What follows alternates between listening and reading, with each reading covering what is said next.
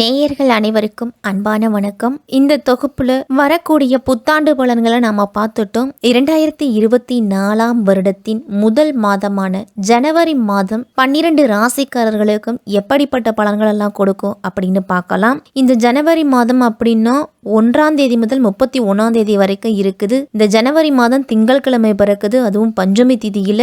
தமிழ் மாதத்துக்கு பார்த்தோம் அப்படின்னா மார்கழி மாதம் 16ஆம் தேதி முதல் தை மாதம் 17ஆம் தேதி வரைக்கும் இருக்குது இந்த ஜனவரி மாதம். இந்த ஜனவரி மாதத்துல கிரகங்களோட நிலைகள்லாம் எப்படி இருக்கு அப்படின்னு பார்க்கலாம். இந்த மாதம் நமக்கு எப்படிப்பட்ட பலன்கள்லாம் கிடைக்கும் அப்படின்னு நம்ம எல்லாருமே ஆவலாவே இருப்போம். கிரக நிலைகளை பார்த்தோம் அப்படின்னா சூரியன் தனுசு ராசியில 15ஆம் தேதி வரைக்கும் இருக்கிறாரு. அதன் பிறகு மகர ராசியில இருக்கிறாரு. சூரியன் செவ்வாயில சஞ்சரிக்கிறாரு. புதன் விருச்சிக ராசியில 8ஆம் தேதி வரைக்கும் இருக்கிறாரு. அதன் பிறகு தனுசு ராசிக்கு போறாரு.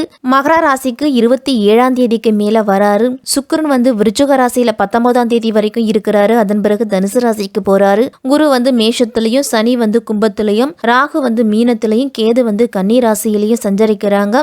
இப்படிப்பட்ட கிரகங்களோட அமைப்புல தான் இந்த ஜனவரி மாதம் பிறக்குது. வழிபாட்டின் மூலம் அனைத்து வளர்ச்சிகளையும் அடையக்கூடியவர்கள் தான் இந்த சிம்ம ராசிக்காரர்கள். 2024 ஆங்கில வருடத்தின் முதல் மாதமான ஜனவரி மாதம் சிம்மராசிக்காரர்களுக்கு எப்படி இருக்கும், என்னென்ன பலன்கள்லாம் கிடைக்கும் அப்படின்னு பார்க்கலாம். மகம், பூரம், உத்திரம் 1ஆம் பாதத்தில் இருக்கிறவங்களுக்கு இந்த மாதத்தோட கிரக நிலைகளை முதல்ல நம்ம பார்த்தோம் அப்படின்னா தனவாக்கு குடும்பஸ்தானத்தில் கேது, சுகஸ்தானத்தில் சுக்கிரன், புதன், பஞ்சமஸ்தானத்தில் சூரியன், செவ்வாய், கலத்திரஸ்தானத்தில் சனி, அஷ்டமஸ்தானத்தில் ராகு, பாக்கியஸ்தானத்தில் குரு அப்படின்னு கிரகங்களோட நிலைகள் எல்லாமே இருக்குது. சூரிய பகவானை ராசி அதிபதியாக கொண்டவர்கள் தான் இந்த சிம்ம ராசிக்காரர்கள். இந்த மாதம் எதையும் ஒரு முறைக்கு பலமுறை ஆராய்ந்து முடிவெடுப்பது நல்லது. காரியங்களில் தடை தாமதம்லாம் வரலாம். உங்களுடைய முயற்சிகளில் உடனடியாக பலன் காண்பது அரிதாக இருக்கும். எந்த ஒரு வேலைக்கும் கூடுதலாக நீங்கள் அலைய வேண்டிய சூழல் வரலாம். வாகனங்களில் செல்லும் பொழுதும் ஆயுதங்களை கையாளும் பொழுதும் கவனத்தோடு இருக்கணும். சகோதரர்கள் வழியில் ஏதேனும் பிரச்சனைகள்லாம் வர்றதுக்கு வாய்ப்பு இருக்கு. உங்கள் ராசிக்கு அதிபதியான சூரியன் 5ஆம் வீட்டில் செவ்வாயோடு பயணம் செய்கிறாரு. அதனால் அப்பாவோட சொத்துக்களை பராமரிப்பு செய்வீங்க.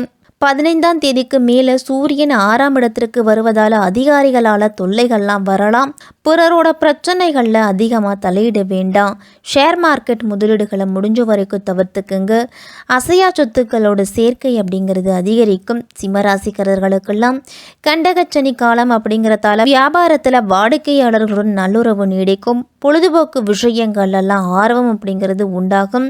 உடல் ஆரோக்கியத்தில் அதிகம் அக்கறை காட்டணும். எந்த விஷயமா இருந்தாலும் உறுதியுடன் செயல்பட்டாலே உங்களுக்கு அனைத்து விஷயங்களிலிருந்து சிரமங்கள் நீங்கும். வேலை தொடர்பான சவால்கள் அல்லது தனிப்பட்ட வாழ்க்கையிலே இருக்கக்கூடிய பிரச்சனை எதுவாக இருந்தாலும் பொறுமையுடனும் புரிந்துணர்வுடனும் செயல்பட்டீங்க அப்படின்னா வெற்றி நிச்சயம். வியாபாரத்திலலாம் கடினமாக நினைச்ச விஷயங்களை சிறப்பாக செய்து முடிக்கும் ஆற்றல் அப்படிங்கிறது கிடைக்கும். மாதத்தின் பிற்பகுதியில் சில முக்கிய நபர்களோட சந்திப்பால சில புதிய வாய்ப்புகள் எல்லாம் பெறுவீங்க. குழந்தைகள் விஷயத்தில் சில நல்ல செய்தியெல்லாம் கேட்பீங்க. நீதிமன்றம் தொடர்பான எந்த ஒரு விஷயத்திலையும் முடிவு உங்களுக்கு சாதகமாக வரும். மற்றவர்களிடம் சிக்கி உள்ள உங்களுடைய பணம் எல்லாமே கைக்கு சேரும். காதல் உறவை வலுப்படுத்துறதுக்கு சூழல் சாதகமாக இருக்குது. திருமண வாழ்க்கையிலெல்லாம் நல்லிணக்கத்தை நீங்கள் பராமரிப்பீங்க. ஆரோக்கியம் ஓரளவு இந்த மாதம் சீராகவே இருக்கும்.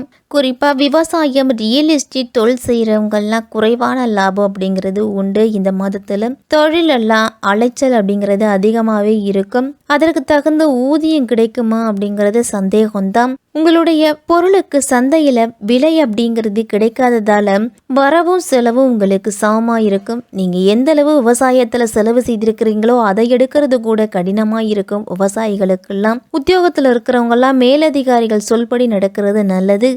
வீண் வாக்குவாதங்களை தவிர்த்துக்குங்க. அதுதான் உங்களுடைய முன்னேற்றத்திற்கு உதவும். குடும்பத்தில் இருப்பவர்களோட செயல்கள்லாம் உங்களுக்கு கோபத்தை உண்டாக்கக்கூடியதாக இருக்கும். இருந்தாலும் அனைவரையும் அனுசரித்து போகிறது நல்லது. பேசி தீர்க்க வேண்டிய விஷயத்தை ஊதி பெருசாக்க வேண்டாம்.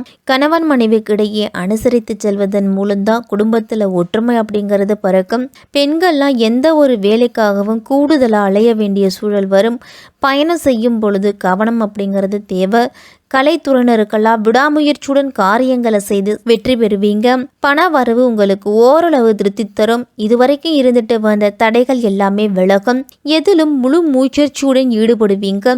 எல்லாவற்றிலும் உங்களுக்கு சாதகமான பலன் கிடைக்கிறதுக்கு உங்களுடைய வெற்றிக்கான ரகசியங்களை வெளியில சொல்ல வேண்டாம். உங்களுடைய குடும்ப ரகசியங்களையோ அல்லது நீங்க திட்டமிடல் பற்றியோ வெளியில சொல்வதை தவிர்த்துக்கணும்.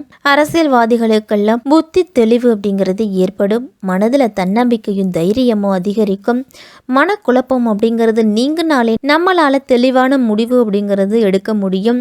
பண வரவால பிரச்சனை, பிள்ளைகளால பிரச்சனை, தொழிலால பிரச்சனை அப்படின்னு ஒரு சில காலகட்டத்தில் பிரச்சனைகளை சுற்றியே நம்ம வாழ்ந்துகிட்டு இருப்போம். அந்த பிரச்சனைகளுக்கெல்லாம் முற்றுப்புள்ளி வைக்கக்கூடிய அளவுக்கு தீர்வு அப்படிங்கிறது கிடைக்கும். அரசு மூலம் கிடைக்க வேண்டிய பணிகளில் இருந்துட்டு வந்த தொய்வெல்லாம் நீங்கும்.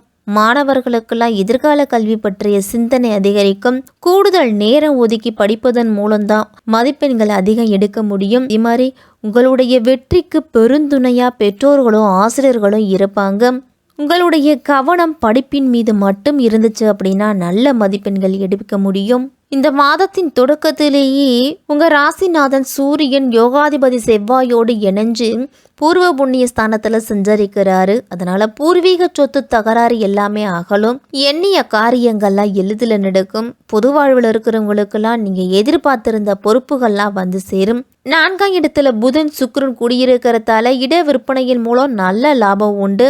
சனி 7ஆம் இடத்துல அது கண்டகச்சனியா சஞ்சரிக்கிறாரு. சிம்மராசிக்காரர்களுக்கெல்லாம் கண்டகச்சனி அப்படிங்கிறதால பயப்பட வேண்டாம். சொந்த வீட்டில் சனி சஞ்சரிப்பதோடு குருவின் பார்வையும் உங்க ராசியில இருக்கிறதால முடிஞ்ச வரைக்கும் காரியங்கள் இழுபறியா இருந்தாலும் கடைசி நேரத்துல வெற்றியில முடியும்.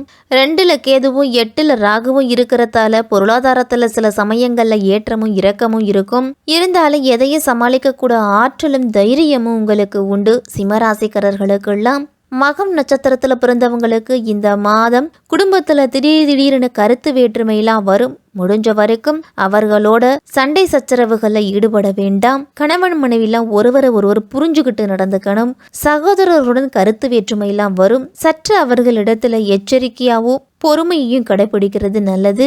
பூர்வ நட்சத்திரத்துல பிறந்தவர்களுக்கெல்லாம் அடுத்தவர்களுக்கு உதவிகள் செய்யும் பொழுது கவனமா இருக்கணும். செலவு அப்படிங்கிறது அதனால அதிகரிக்கலாம்.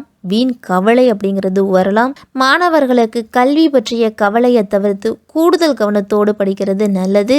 உடல் ஆரோக்கியத்தில் அதிக கவனம் செலுத்தலும். வீண் அலைச்சலால கூட உங்களுக்கு உடல் ஆரோக்கியம் பாதிக்கப்படலாம். உத்திரம் 1ஆம் பாதத்தில் இருக்கிறவங்களுக்கெல்லாம் இந்த மாதம் தடை தாமதங்கள்லாம் ஒரு சில காரியத்தில் ஏற்படும்.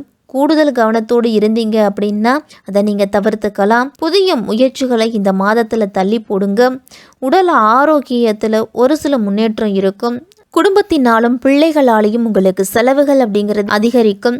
எதையும் எதிர்த்து நிற்பதை தவிர்த்துட்டு அனுசரித்து போகிறது எதிர்கால முன்னேற்றத்திற்கு உதவும். சிம்மராசிக்காரர்களுக்கெல்லாம் பிரதோஷ வேளையில சிவபெருமானையும் நந்தி பகவானையும் வழிபட்டுட்டு வாங்க.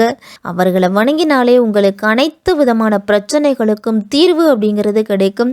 குடும்பத்தில் மன நிம்மதி உண்டாகும்.